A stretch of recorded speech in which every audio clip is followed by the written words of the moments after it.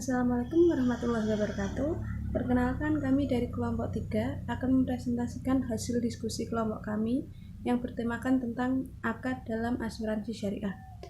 Sebelumnya mohon izin perkenalan dahulu nama-nama anggota dari kelompok kami, yaitu ada Mbak Anis Mufidah, NIM 63010190003. Kemudian ada Mbak Maskun Nur Rahmah Rifai, NIM 63010190015. Kemudian ada saya sendiri, Umi Lalatu Rosidah, NIM 63010190027. Dan ada Mas Rois Muhammad Rois Prayogo, NIM 63010190197. Saya akan menjelaskan tentang pengertian akad dalam asuransi syariah.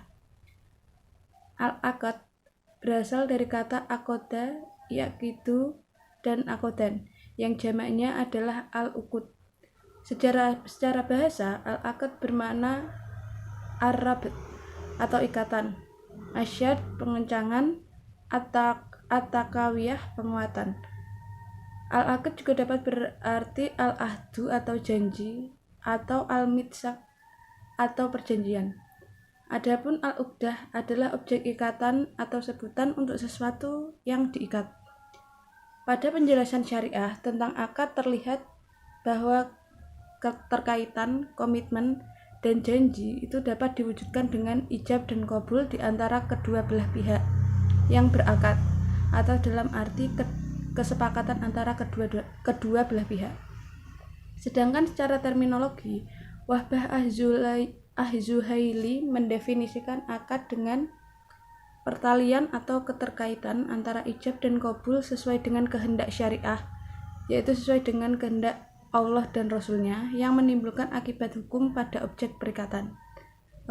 Untuk materi selanjutnya, yaitu jenis-jenis akad dalam asuransi syariah, akan dijelaskan oleh rekan kami. Yang kedua, akad tabaruk.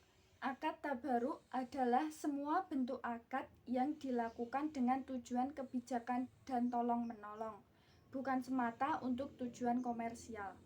Dalam akad ini, seseorang peserta memberikan hibah yang akan digunakan sebagai penolong peserta lain yang sedang terkena musibah.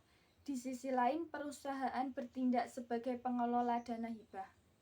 Menurut Fatwa Dewan Syariah Nasional nomor 53-DSN-MUI-3-2006 tentang akad tabaruk pada asuransi syariah menyatakan bahwa kedudukan para pihak dalam akad tabaruk adalah: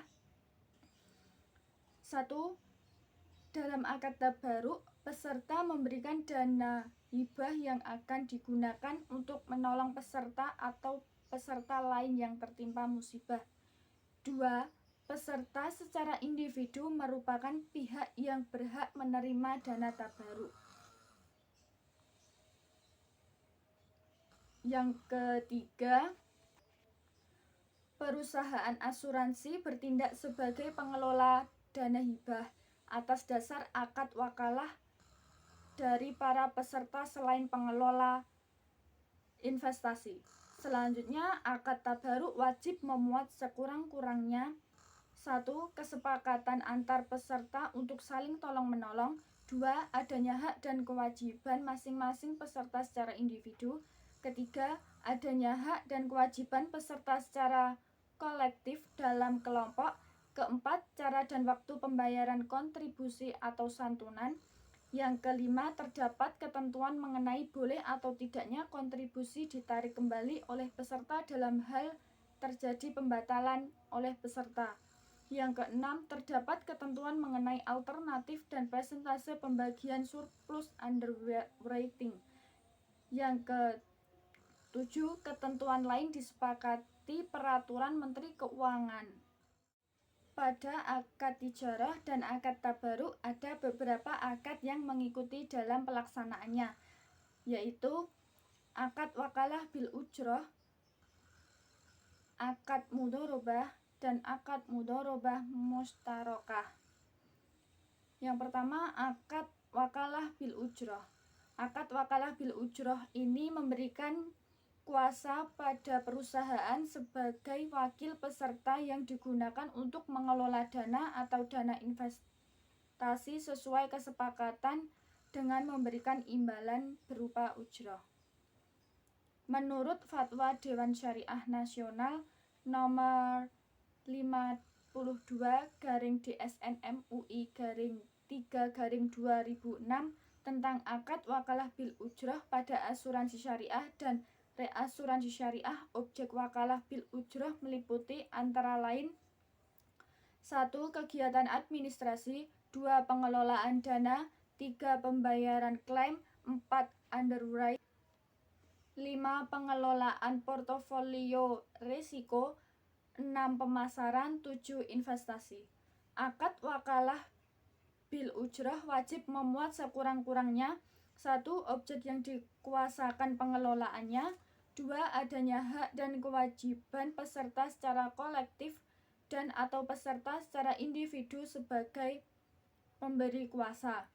Yang ketiga, adanya hak dan kewajiban perusahaan sebagai penerima kuasa, termasuk kewajiban perusahaan untuk menanggung seluruh kerugian yang terjadi dalam kegiatan pengelolaan risiko atau kegiatan pengelolaan investasi yang diakibatkan oleh kesalahan yang disengaja dilakukan perusahaan.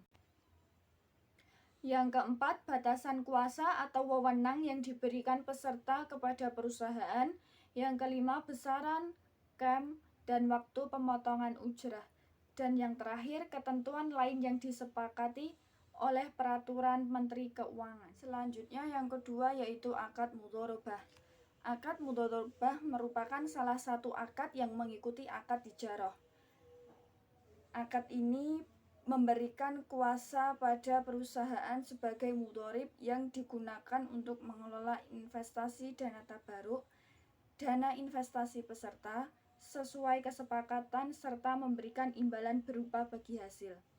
Akad mudharabah wajib memuat sekurang-kurangnya 1. Peserta memiliki hak dan kewajiban secara kolektif dan atau secara individu sebagai pemilik dana. Yang kedua, perusahaan memiliki hak dan kewajiban sebagai pengelola dana termasuk kewajiban perusahaan untuk menanggung seluruh kerugian yang terjadi dalam kegiatan pengelolaan investasi. Hal tersebut diakibatkan oleh kesalahan yang disengaja, kelalaian yang dilakukan oleh perusahaan. Yang ketiga, adanya batasan wewenang yang diberikan peserta kepada perusahaan bagi hasil, cara, dan waktu pembagian hasil investasi. Yang keempat, selain itu terdapat ketentuan lain yang disepakati oleh Peraturan Menteri Keuangan Nomor 18/PMK 010/2010 tentang penerapan prinsip dasar penyelenggaraan usaha asuransi dan usaha reasuransi dengan prinsip syariah. Akad yang terakhir yaitu akad mudharabah mushtarakah. Akad mudharabah merupakan salah satu akad yang mengikuti akad ijarah. Akad ini memberikan kuasa pada perusahaan sebagai mudharib yang digunakan untuk mengelola investasi dana tabaruk, dana investasi peserta yang akan digabungkan dengan kekayaan yang dimiliki oleh perusahaan sesuai dengan kesepakatan serta memberikan imbalan berupa bagi hasil. Akad mudharabah mushtarakah wajib memuat sekurang-kurangnya 1. Peserta memiliki hak dan kewajiban secara kolektif dan atau secara individu sebagai sohibul mal. Yang kedua, perusahaan memiliki hak dan kewajiban sebagai mudharib, termasuk kewajiban perusahaan untuk menanggung seluruh kerugian yang terjadi dalam kegiatan pengelolaan investasi yang diakibatkan oleh kesalahan yang disengaja, kelalaian yang dilakukan oleh perusahaan. Yang ketiga, adanya batasan wewenang yang diberikan peserta kepada perusahaan. Yang keempat, terdapat cara dan waktu untuk menentukan besar kekayaan peserta dan kekayaan perusahaan. Yang kelima, adanya bagi hasil, cara dan waktu pembagian hasil investasi. Yang keenam, Selain itu juga terdapat ketentuan lain yang disepakati oleh peraturan Menteri Keuangan. Kedudukan para pihak dalam akad mudharabah mustarokah. 1. Dalam akad ini, perusahaan asuransi bertindak sebagai mudharib atau pengelola dan sebagai mustarik atau investor. Yang kedua, peserta atau pemegang polis dalam produk saving bertindak sebagai sohibul mal atau investor. Yang ketiga yaitu para peserta pemegang polis secara kolektif dalam produk non-saving bertindak bisa digunakan untuk produk tabungan maupun non-tabungan. Yang keempat yaitu dasar-dasar penggunaan akad pada asuransi syariah. Penggunaan akad dalam asuransi syariah ini memiliki objek yang dapat ditransaksikan. Hal ini tidak berarti harus dapat diserahkan seketika. Maka, objek tersebut harus memenuhi kriteria. Yang pertama yaitu tujuan objek akad tidak harus bertentangan dengan transaksi.